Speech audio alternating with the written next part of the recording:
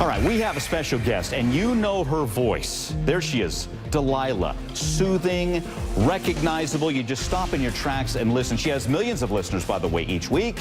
Let's give it a listen.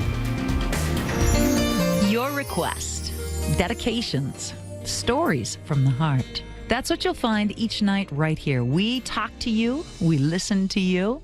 Sometimes we get a little personal and pry into your business, and we try to find the perfect song to weave into your story to touch your heart. Welcome aboard.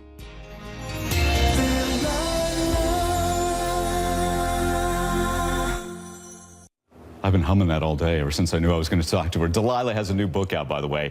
One Heart at a Time, the inspiring story of the most listened to woman on the radio. We're going to talk about her struggles, her trials, her triumphs, how she helps us. She joins us now. Great to meet you, Delilah. I know a lot of people are going, yeah, shut up, Galanos. Let Delilah take over. Let her soothe us a little. Hey, don't you think we need to be soothed? We need some soothing these days. Absolutely. That's why you have millions of listeners. We need that. And let's hit on your message, at least part of it. I know you write about it in the book and you live by it. One quote, live simply so others may simply live. Slow down and love someone. But people say, that sounds great, but I'm too busy, and I want my badge of honor for busyness. Talk to me, Delilah. It's true. We live in a busy, busy, busy world. We have a busy society, and, you know, the truth is we're pretty spoiled. We're kind of gluttonous and selfish. And so when you're busy getting more, consuming more, you're missing opportunities to connect and to infuse the world with your goodness and your love. Wow. You've got to be busy. I know you have 14 children. You're in the process of adopting your 11th. I think your husband has 5. 19 kids. Come on, that's textbook busy. How do you manage it? Well, that's a different kind of busy. That's a good busy. That's a good busy, okay. When you're going to soccer games, when you're going to football games, when you're going to your kids' swimming practices or choir events, you are connecting and loving. That's a different kind of busy than most of us are. Wow, good point. And I know, and you write about it in the book, you've suffered loss. 2012, your son Sammy died, complications from sickle cell anemia, and just last year, your son Zach took his own life. And I'm sorry, let me, on behalf of our viewers, just what you've gone through. But in the middle of that, you still managed to continue to write a book. How did you do that? How did you get to the point where you could continue on? It was hard. It's the hardest thing I've ever done, hardest thing I've ever written, but also the best thing I've ever written. I really wanted to honor my boys. I want their legacy. I want their stories. I want their hearts and their love to live on. I did it to bless my other kids and my nieces and nephews that loved both Sammy and Zach completely and totally, and I want to honor them and tell their stories. You have. I know you're a person of faith, and it's central to who you are and how you live. So here's a Bible verse, and I want to just ask you a question off that. It's Psalm 34:18. It says, "The Lord is close to the brokenhearted and rescues those that are crushed in spirit." How have you felt that over this last year? I wouldn't be here, Mike, if I didn't feel that every day. I wouldn't get up out of bed in the morning. It's because of the prayers of so many people who love me, who loved Zach, and because my belief that there's a much bigger picture than what we see. We just see this little teeny tiny segment of time, but there's a so much bigger picture. And I believe, because of my faith, that we are all eternal beings that come wrapped in flesh. And because of that, I know I'll be with my boys again. I know where they are. I have that hope. And that gets me through each day. Yeah. And I'm sure, you know, your broken heart helps you. I think it gives you a greater capacity to feel the broken hearts of your listeners. So let's listen to a guy who's having an issue, and we can talk about it. You know, this is one of the many interactions you have. His name's Rudy.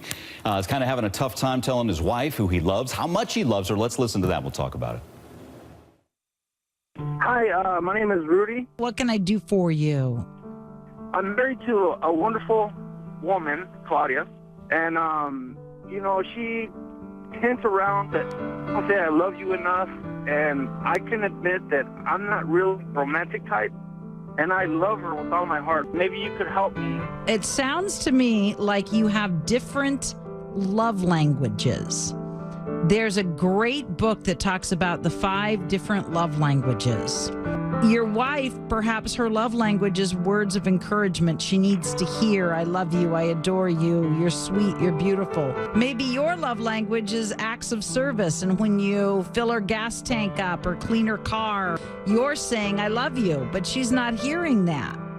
I would encourage you to leave little love notes around the house, maybe bring her roses for no reason at all, and see if that helps in her love language department to feel more cherished.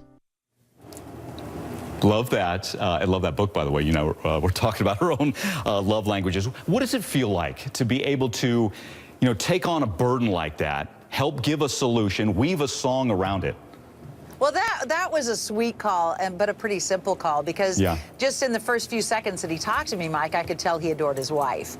That's a lot different than a lot of calls that I get where it's not so obvious if there's love there or not. And then you have to kind of go, well, let's stop and think about what are you really feeling, and why are you hiding or lying or denying what's really going on? Yeah, those are the harder calls. Yeah, I was going to say that can be some tough sledding. Hey, one other thing I want to hit on is your foundation. I think it's 14 years now, Point Hope. Thank you. It's bringing, support to vulnerable kids and families living in refugee camps in West Africa. And you can hit on that, but I also want you to touch on so many of us hesitate to take that step into that cause we want to be a part of that's bigger than us. Do you remember the first time you said, you know what, I'm all in on something that's bigger than Delilah?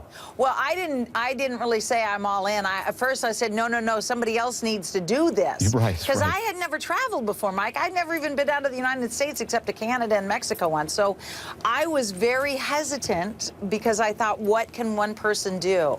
But I have been amazingly blessed. I work with foster kids here in the United States. We try to get the word out that there are 487,000 kids in foster care that need permanency and need the laws changed so they can be released for adoption. And we work, like you said, in refugee camps and underserved communities in West Africa. But like everybody else, I was very hesitant to say I'm all in. But once I made that decision, God opened amazing doors, and we've been able to impact or save the lives of a lot of people. And so no looking back. No looking back. Because we get on that edge and we go, ooh, I don't know. You got to do it. Jump. You got to take that first step of faith. If you just stop saying no or maybe or hesitating and say yes to the possibility that your heart, your love can change the world, and you just say yes. Yes, I'll take a chance. Yes, I'll mentor a kid. Yes, I'll become a foster parent. Yes, I'll adopt a child out of foster care. Yes, I'll go to India or Africa or wherever I'm needed, right here in our own neighborhoods. Yes, I'll serve at a soup kitchen. Yes, I'll take in an unwed mother and love her and care for her and either adopt her baby or find her a place for that baby. When you say yes to opportunities to love, you change the world. You really do. Good word, Delilah. Soothing and today inspirational. Nice job, Delilah. Great to meet you, by the way. And Thank again, you. Yeah, the new book, I have it right here, One Heart at a Time, the inspiring journey of the most listened to woman on the radio. It's been a pleasure, Delilah. Thanks again. Thank you. Blessings to you, Mike.